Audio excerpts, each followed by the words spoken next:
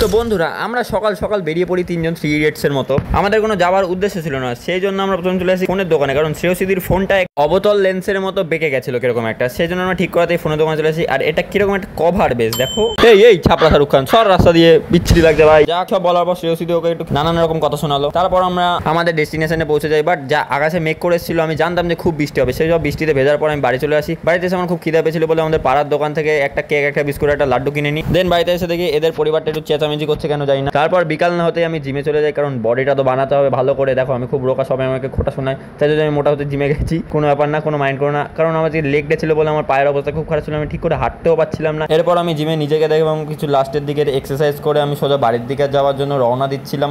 বাড়ি আসার সময় দেখলাম আমাদের মাঠটা হেভি সুন্দর লাগছে, আমাকেও পুরো লাল জামা পরে পুরো লালটু সেপ তো হেভি লাগছে। তারপর আমি বাড়ি যাওয়ার সময় দেখি এই বাহনগুলো আমার সাথে সাথে যাচ্ছে। দেখ বাড়িতে এসে আমি একটু ম্যাগি খেয়ে নিলাম, অনেকদিন পর ম্যাগিটা খাচ্ছি, মানে ম্যাগি না ইপ্পি খাচ্ছিলাম, ইপ্পিটা একই রকম দেখছে। তারপর আমরা বাইরে বেরিয়ে একটুখানি জাস্ট খেয়ে নিলাম চুরমুর মাখা, তারপর বাড়ি চলে আসি। ভিডিওটা এখানে জাস্ট টাটা।